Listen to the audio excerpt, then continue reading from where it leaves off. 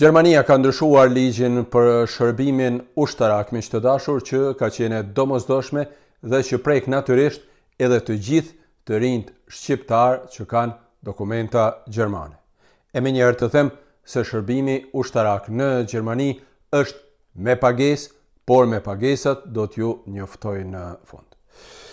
Ndryshimi i ligjit ka qenë i domosdoshëm sepse Gjermania pretendon të bëhet fuqia më e madhe ushtarake konvencionale në Europë dhe të jetë mjaft e fuqishme për vetëmbrojtje nga çdo armik i jashtëm, e në këto momente kur përmenden armiq të jashtëm, kryesisht mendohet Rusia. Bundestagu gjerman ka miratuar ligjin e ri me një shumicë të madhe, por të shohim se çfarë parashikon ky ligj.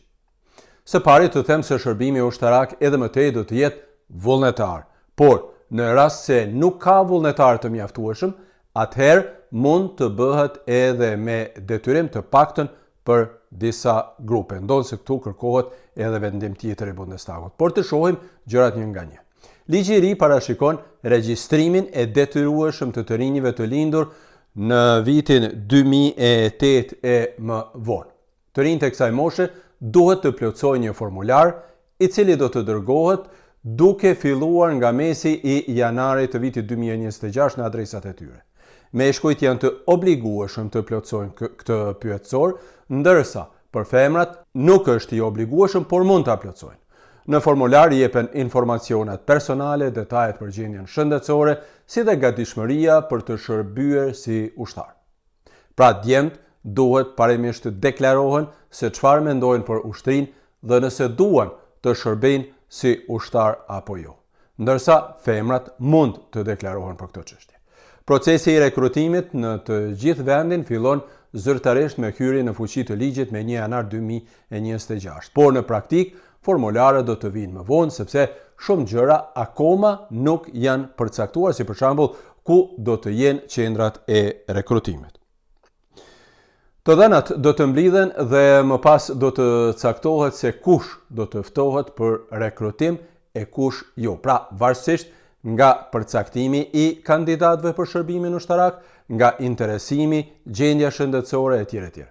Gjatë rekrutimit do të përcaktohet se cilët kandidat mund të shërbejnë në ushtri dhe në cilët sektor. Do të vlerësohet edhe aftësia bazë për shërbimin ushtarak natyrisht. Do të bëhet natyrisht pra ekzaminimi mjekësor dhe do të bëhet intervista me kandidatët për gjendjen e tyre psikofizike. Do të shikohet edhe përshtatshmëria personale dhe karakteri i kandidatëve, si dhe gjendja e tyre fizike. Pra, jo të gjithë që eventualisht duan të shërbejnë edhe do të pranohen në shërbim ushtarak, sepse ndoshta dikush prej kandidatëve thjesht nuk i plotson kushtet e duhura. Pra, edhe një herë, qëllimi është që shërbimi ushtarak të bëhet mbi baza vullnetare, por gjërat mund të ndryshojnë nëse nuk paraqitet numri i mjaftueshëm i kandidatëve për shërbim vullnetar ushtarak. E kjo është miq të dashur me rëndësi, sepse qëllimi i qeverisë gjermane është që të rrisë numrin e ushtarëve aktiv nga 182.000 sa janë aktualisht në 260.000. Përveç kësaj parashikohet edhe rritja e numrit të rezervistëve nga rreth 60.000 sa janë tani në rreth 200.000 rezervistë. Ndaj, nëse nuk plotësohen këto shifra, pra, Ministria e Mbrojtjes rezervon të drejtën që të fut rekrutimin sipas nevojës, kuptohet nëse është e domosdoshme. Por, për një vendim tjetër, kërkohet edhe miratimi i sërishëm i Bundestagut. Me rëndësi është edhe kjo. Shërbimi ushtarak në Gjermani është me pagesë.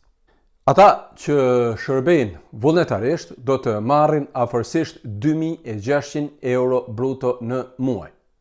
Periudha minimale e shërbimit ushtarak është 6 muaj, e për ata që duan të angazhohen edhe më gjatë në ushtri, ka dhe financime të tjera. Për shembull, ata që kanë përfunduar të paktën 12 muaj shërbim ushtarak do të marrin një subvencion deri në 3.500 euro për patentën e shoferit, që do thotë se ka edhe disa stimuj financiare të tjerë për të rinj që duan të shërbejnë më gjatë në shërbim ushtarak.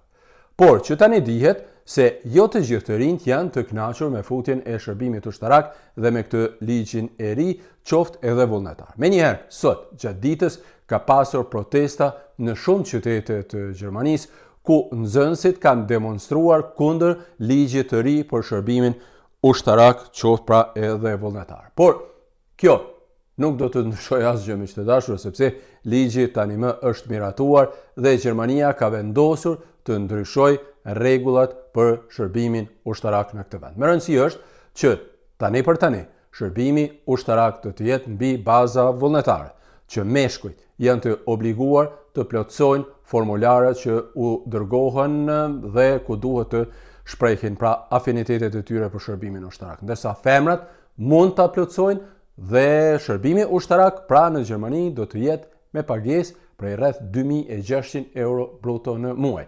Ligji i ri futet në fuqi nga janari viti 2026, ndërsa regjistrimi do të bëhet për të rinjt e lindur nga viti 2008 e më tutje. Këto janë pra, miq të dashur, pak a shumë të gjitha ndryshimet që parashikohen me ligjin e ri për shërbimin ushtarak të miratuar në Bundestag. Nëse keni ndonjë pyetje ju natyrisht që mund ta shtroni këtu, ose edhe nëse keni ndonjë koment, mund të bëni këtu në video dhe mund të komentojmë së bashku e të japim mendimin.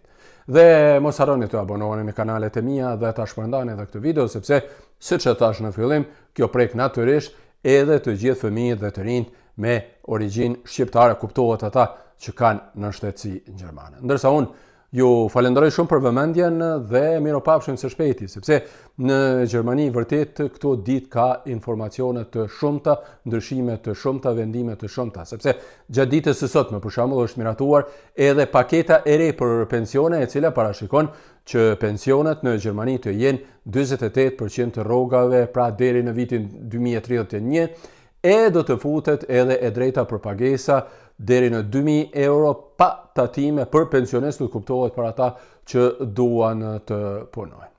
Nëse duan të punojnë, pra ata do të kenë deri në 2000 euro. Por me këtë temë do t'ju njoftoj në ditët në vijim, sepse kjo vërtet është një prej temave shumë të nxehta në Gjermani, në veçanti në qarqet politike, madje edhe në koalicionin qeverisës, ku ka pasur mosmarrëveshje mes deputetëve.